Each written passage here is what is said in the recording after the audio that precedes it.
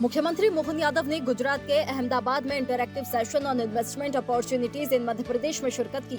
मुख्यमंत्री ने उद्योगपतियों और निवेशकों के साथ प्रदेश में निवेश की संभावनाओं और औद्योगिक अवसरों को लेकर अपने विचार व्यक्त किए। सीएम ने कहा कि मध्य प्रदेश और गुजरात मां नर्मदा के दो बेटे हैं। मां नर्मदा दोनों राज्यों के विकास और समृद्धि की जीवन रेखा है। आज मध्य प्रदेश की ओर से गुजरात के उद्योगपतियों को आमंत्रित करने आया हूँ। गुजरात के साथ साथ मध्य प्रदेश में भी उद्योग लगाइए और प्रदेश के विकास को नई गति दीजिए।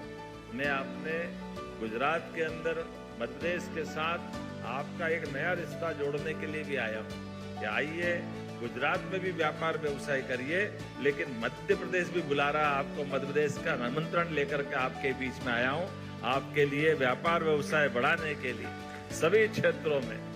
मुख्यमंत्री मोहन यादव ने कहा कि मध्य प्रदेश में कपास और वस्त्र निर्माण समेत टेक्सटाइल सेक्टर में अपार संभावना है। प्रधानमंत्री मोदी ने अपने जन्मदिन के अवसर पर धार में देश के सबसे बड़े पीएम मित्रा पार्क का भूमि पूजन किया।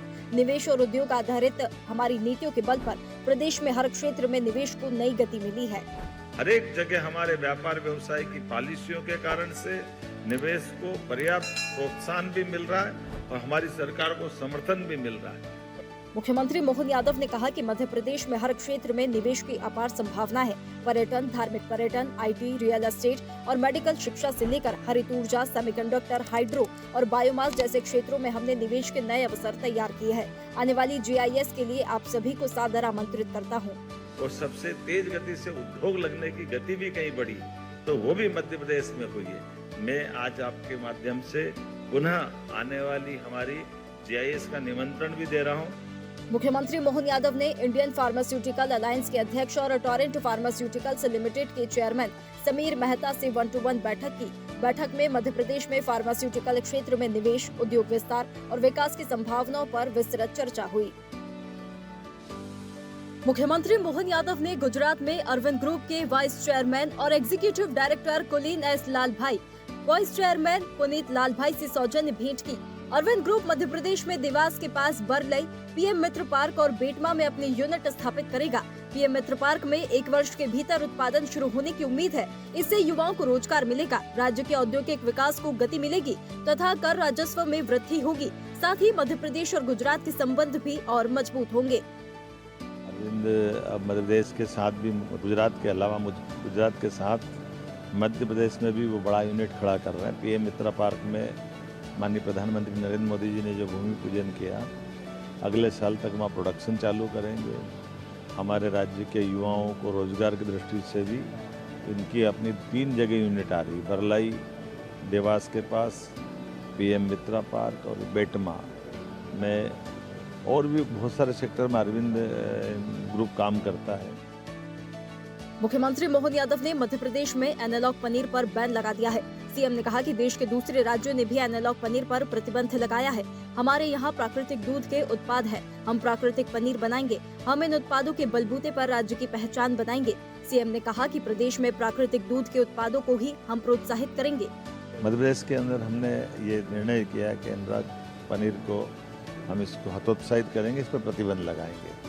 ये जैसा बाकी राज्यों के साथ ध्यान में आया है कि हमारे यहाँ प्राकृतिक रूप से जो दूध के उत्पाद है उनकी शुद्धता के बलबूते पर हम अपने राज्य की पहचान बनाएंगे। दूध का उत्पादन बढ़ाने की दिशा में हम आगे चल रहे हैं, लेकिन किसी प्रकार की इस प्रकार की गतिविधियों को हम बढ़ावा नहीं देंगे। मुख्यमंत्री मोहन यादव ने कहा कि प्रधानमंत्री मोदी की सरकार संसद में हर तरह की चर्चा के लिए तैयार है, मगर विपक्ष का उद्देश्य चर्चा करना नहीं, हंगामा करना है।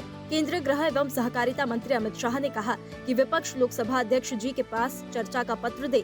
आज दोपहर 3 से कल दोपहर 3 बजे तक हम चर्चा करने के लिए तैयार है। मैं कल विपक्ष के एक सवाल का जवाब दूंगा, फिर जनता तय करेगी कि कौन चर्चा करना चाह रहा है और कौन नहीं।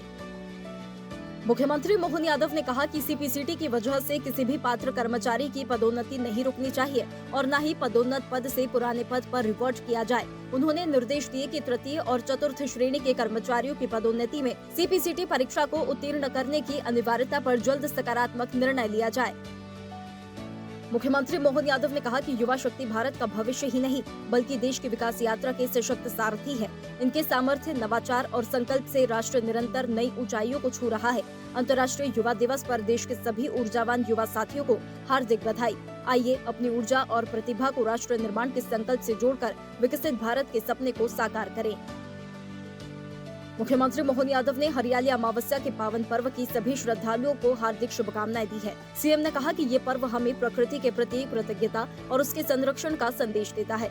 आइए इस अवसर पर अधिक से अधिक पौधे लगाकर धरती को हरा भरा बनाएं और आने वाली पीढ़ियों के लिए स्वच्छ और संतुलित पर्यावरण बनाए रखने का संकल्प लें।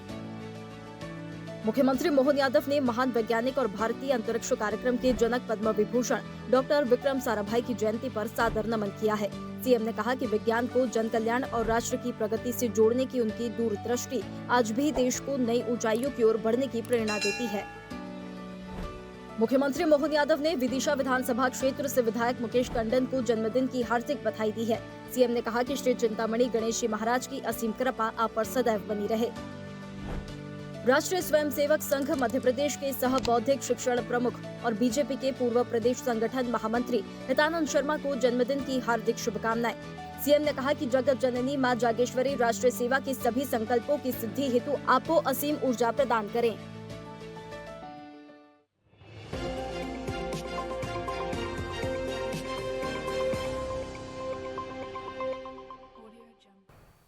ऐसे ही वीडियोस के लिए लाइक करें, शेयर करें, फॉलो करें। YouTube पर जाकर सब्सक्राइब कर बेल आइकन दबाना ना भूलें और ताजा अपडेट्स के लिए swedeshlive.com पर जरूर जाएं।